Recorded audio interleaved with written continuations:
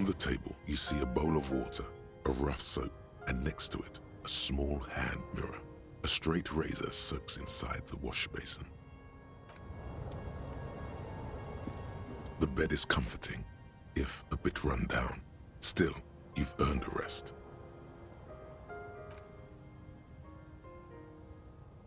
The bed underneath you is soft, if lumpy. Waves wash the sand underneath the hut, then grow distant to your ear. In the quiet hum of the organic heater, you fall asleep. Like a deftly cast fishing net, sleep pulls you out of the world and into its dark shore. The rough mesh chafes, tightening around you, it digs into your brain.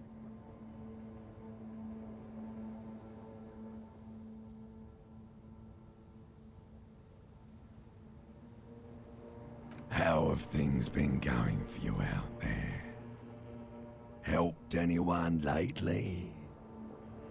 This bastard isn't even listening to you.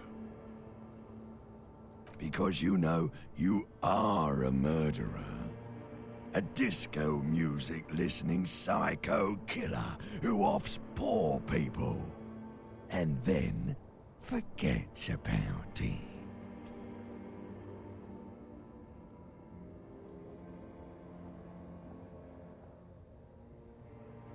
Hear that? He doesn't even flinch. Iceman doesn't care about killing people. That's nothing to him. Blackwater, under the bridge. The thing he's really scared of is much, much worse than that. Don't tell him, sister. It's too bad. We're trying to help you. All these processes, these tortures, voices and tremors are all just distractions, flares and countermeasures to keep you from the last dream. The worst of them all. The last dream will be total annihilation. Cinders peeling off the fuselage. We won't be there to help you anymore, Harry. We will be dormant. You will be naked and alone.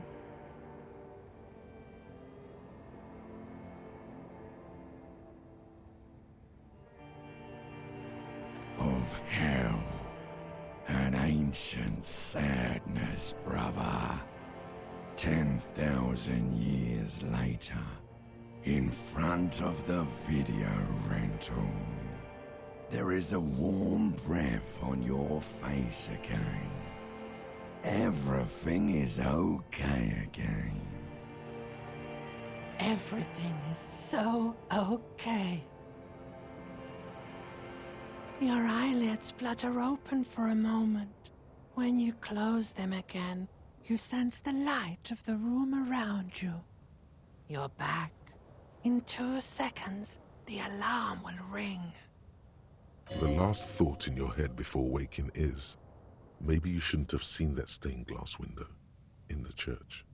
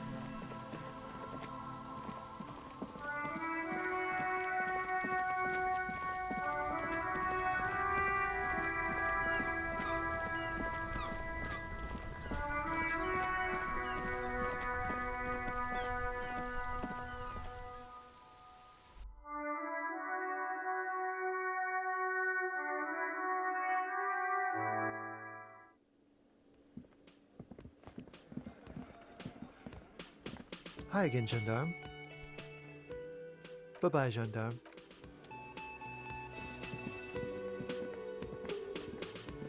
Hey, was there something you needed?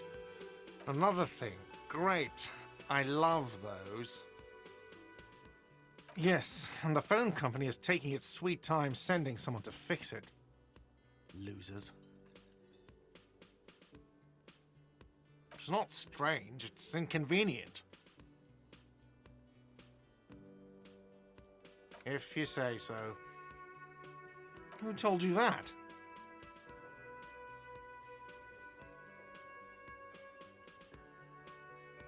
Fine, yeah, it looked like someone had messed with the wiring.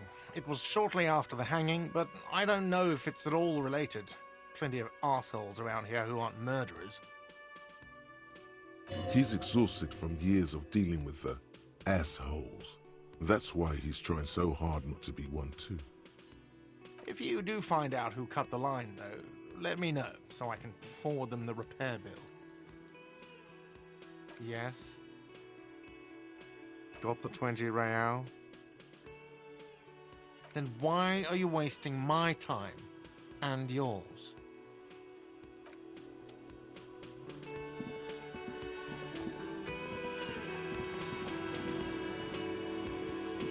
The man ponders his cooking utensils and gives you a little nod, acknowledging your presence. Speak Revacholian?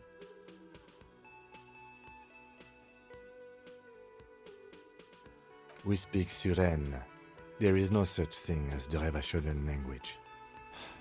But don't worry, your message remains clear. The cook is still smoking, ash falling from between his fingers. His hands are large and clean. Good thing he didn't understand a word of your stupidity.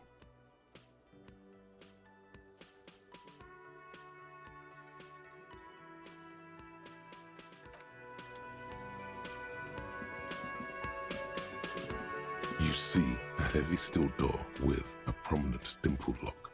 It's painted blue. The cobalt blue surface feels rough to touch. The stainless steel door is flush with its frame on every side. It leads to a side building, adjacent to this one. The old building next to this, half ruined. Whatever is behind it must be older.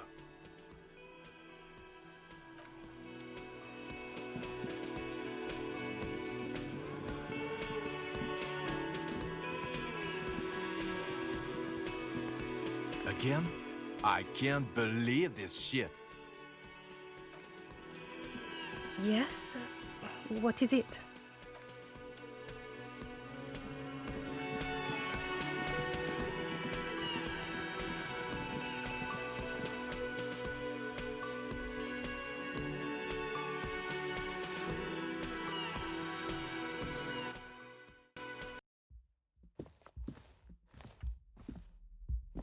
The door is closed.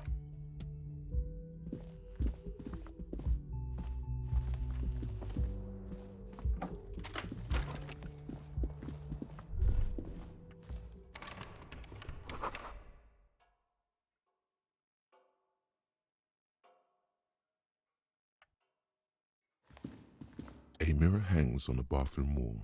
In it, your face. A regular, clean-shaven police officer.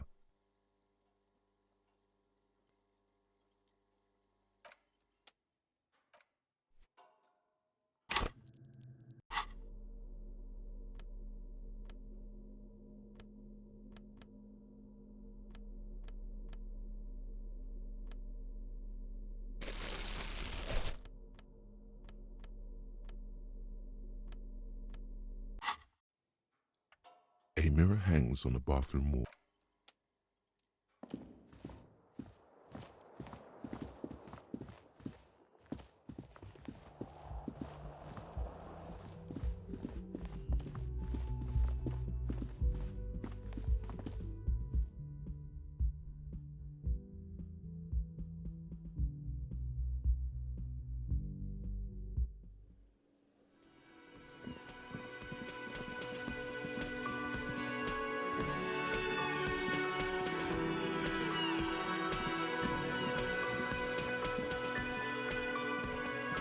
I've got nothing to say to you. Why are you wasting your time? What you want is of no significance, officer. Don't test your authority. In Martinez, you are no one.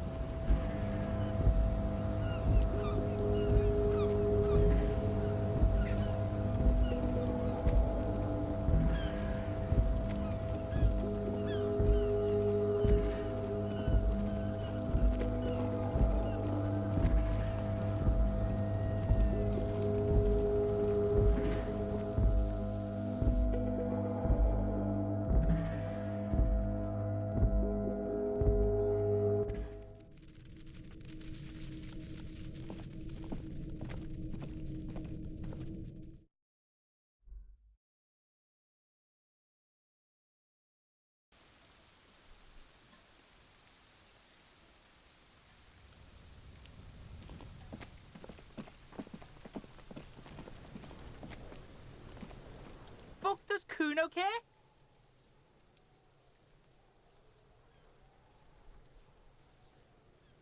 Kuno doesn't fucking care.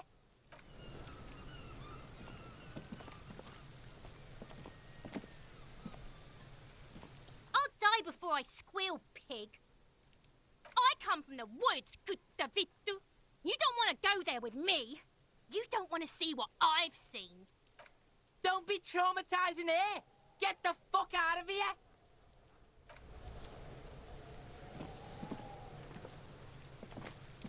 The trash container stands in the spring snow. The smell of rotten food rises to greet you. You see soggy cartons, dirty rags, and organic waste.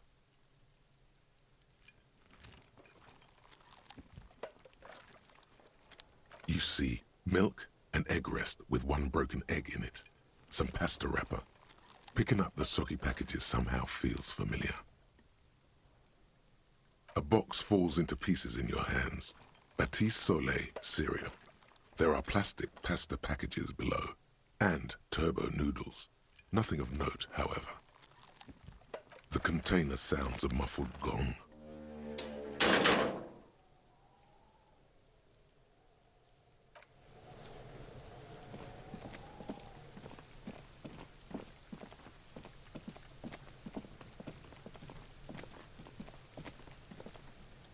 What do you see? I'm guessing that's the skinny Hardy boy. The one with his front teeth missing. Yes, well, he did look a bit like a rat, you're right. Do you think those prints belong to him? I could still be wrong, but I'm probably not. 200. This could be the combined weight of two people, one carrying the other who's tied up. Let's say a heavily built worker carrying a similarly built armored man. Maybe it was a fat Hardy boy, the one sitting in the middle. He might be right. 200 kilograms of living weight is unlikely.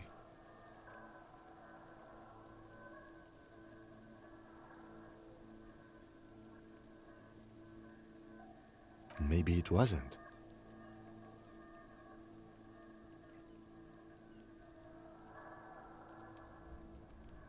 And I was thinking it wasn't the giant of Kokonur.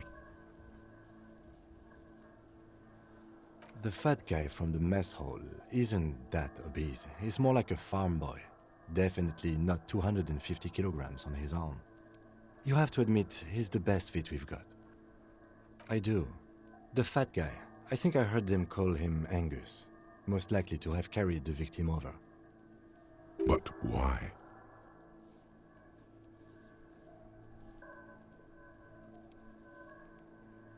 Yes, they could have used a makeshift stretcher or just march him up to the gallows. Maybe there was a physically impressive strongman in their midst. Someone who wanted to impress their peers. You mean a display of athletic ability meant to belittle the victim? A local champion carrying the intruder alone? I can see it. Anyway, the others? Interesting. Let's name it the Old Soul. I wouldn't be surprised if this was the missing Hardy boy. Wonder who he is. Oh, this one's easy. Way too easy. It's a driver. With a piece of sandpaper glued to the throttle. Which means that the missing lady driver was also present at the lynching? That's it. She's the Old Soul. Now we know who's the missing eighth person at the lynching. Do you think that Hardy and his boys could also be involved in the drug operation?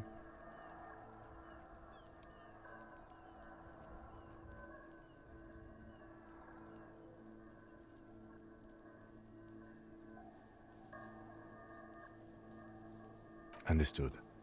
We should still go and see what Titus Hardy has got to say on the matter. This might throw them off, work in our advantage. So what else? A week, maybe? 7 days would fit the time frame provided to us by the caller, who reported the hanging. It is not impossible. As I said, I pulled last week's forecast for coastal Hevashal. 7 days below freezing. The day before his hanging was the last warm day. Correct again. Sub-zero temperatures would preserve the tracks in a good state. The commotion here could have taken place a week ago. What do I think? A mob of people brought something heavy to the tree. One of them was carrying the victim. They shuffled around, especially under the tree. Then, after hoisting him up, they stood in a semicircle facing his direction. At first glance, this appears to be a lynching. Indeed, they all stood in a row here and looked at the tree. So far, so good. Only one thing missing. Of course, there were 8 tracks, but there are only 7 Hardy boys. There's one pair missing from the Union box, the 8th pair. I'm going to say it was our Old Soul. Yes, I doubt the Hardys are going to tell us much, but we should still confront them about the possible drug trade connection.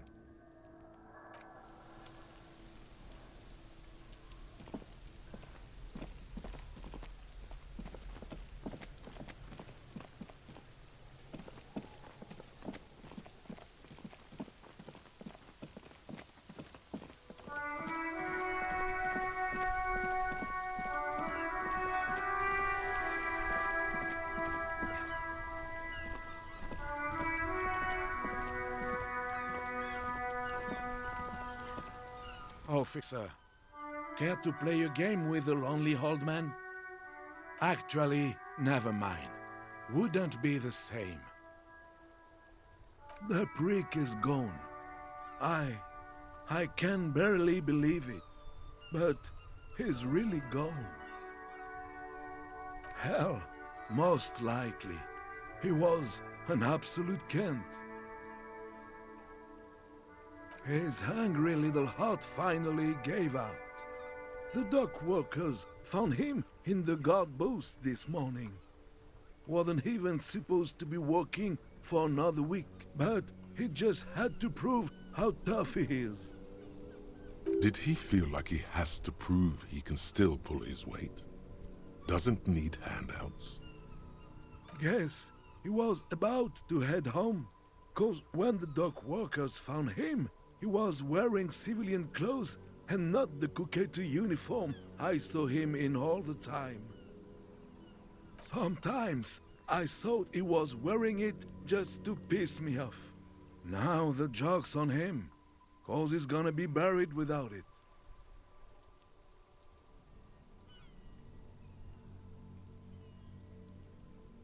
No, René was the most stubborn man in Revachol. Nothing you or I could say would ever push him to do anything. The man was completely immovable. I repeat, an absolute cant. Even his old army buddies didn't want him around. He was like an old viper. The only people who could stand to be around him were Jenny and me. She saw something in him when we were just kids, and she never lost sight of it. And I thought if the most beautiful being in the world can love him, then there must be something worth holding on to. We've hated each other our entire lives. So much, in fact, that... Yes, I loved that angry prick. He didn't deserve it, but I did. You know what his last words to me were?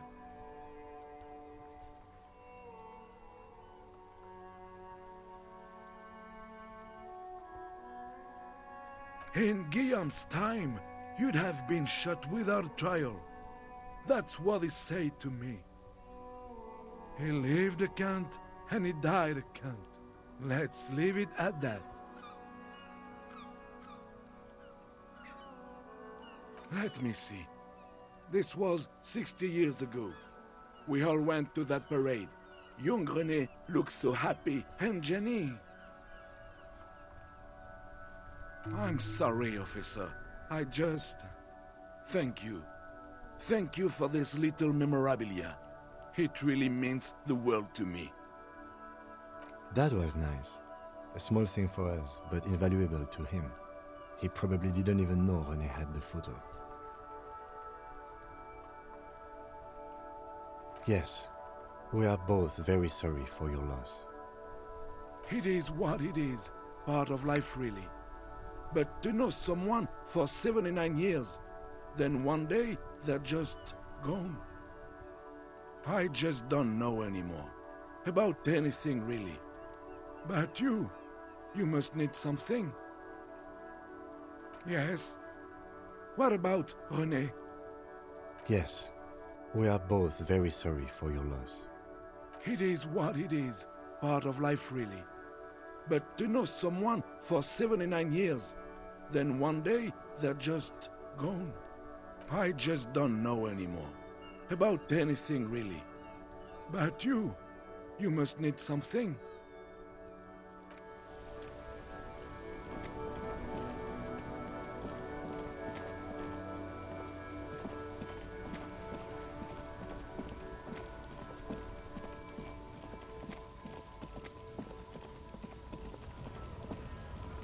Looking for something, Hunt? Come to tell me to fuck off again? It's about biological determinism, natural law, the sorting of the races. Not the most popular topic nowadays, with the coalition in charge and all. You might want to change the topic. That is, bury your head under the sand like common sheep. Change the topic. The way he says it makes it almost sound like a threat. Suit yourself, officer. Hide your face in the sand if you so wish. Oh, not much anymore. I'm here to pick up some cargo, but the dock workers are on strike, so it's a sit and wait on your ass situation. Apples? Apples is exactly the kind of thing you'd say if you had something to hide. Look, as detective. I come from a long line of lorrymen. We got ancient rights and privileges. Oh, I'm here to pick up a load of fucking apples, man. Just regular Koiko picked apples. Damn, you're not gonna get more out of him on this. He's put up the wall of racism. Oh yeah, they're a big deal. My great-grandfather was a carter, had a royal license and everything. We've tried to hold on to our privileges.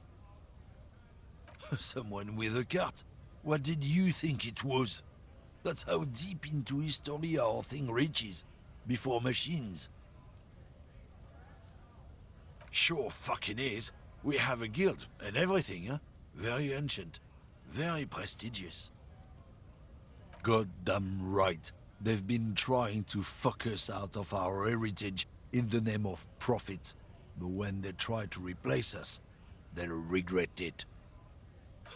Trusting street thugs with their goods is going to fuck them right up the ass. Mark my words. Generations of practice ain't no laughing matter.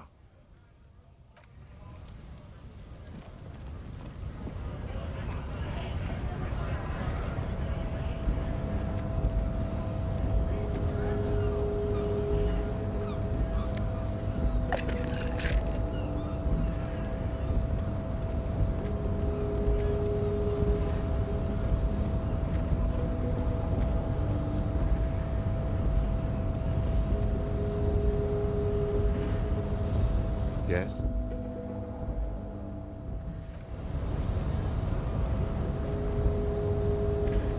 The unpromising race pupil returns. I am not the first line of defense. I am the last. In addition, these so-called Hardy Boys are an effeminate clique of bodybuilders. Their company is spiritually degrading. The Hardy manlets are on the pay of the company. I answer to the union alone. And I do this out of race heroism. Finance is an alien concept to the Simonies. Now leave me be. I must luxuriate in the company of my woman. Yes, it was probably nothing. Racists are generally not very good examples of their race. Welcome to Revachol. You hear him yell at a redhead woman visiting the fritter nearby. He must think redheads are infants. I am not like them. I am craniometric perfection. I have taken the trouble to permanently draw a phrenologic grid on my skull and features. This should dispel any doubt. True, that is a noble cranium, but you got a hard noggin yourself. The drawings are precise and look true to their pseudo-scientific ambitions. One thing, however, it is not entirely free of throwbacks in the phylogenetic tree. His large jaw, for example, could be a trait indicative of criminalism. Also, his earlobes could be small. The size of the earlobes is not a real craniometric criteria. Everyone knows this. Your earlobes are flawless, Jean-Luc. Yes. That atavistic stigmatum makes pussy say yes plenty. Babe, thanks. But I got this. You have him off guard now. He's preoccupied with his situation with his woman.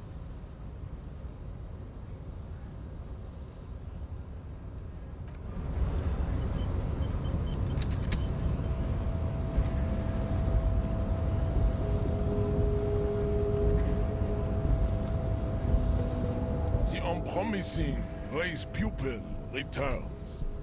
There is nothing funky I cannot possibly imagine.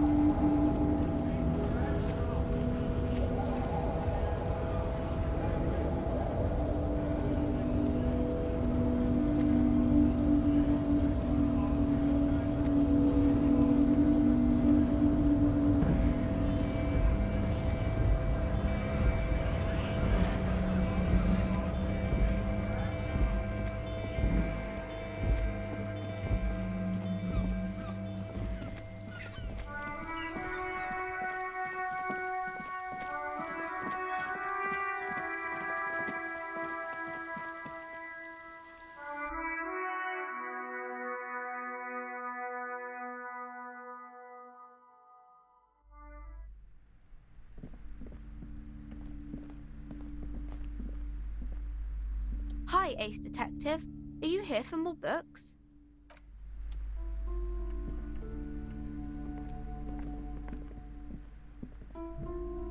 Hello again, esteemed officer, and welcome to Crop.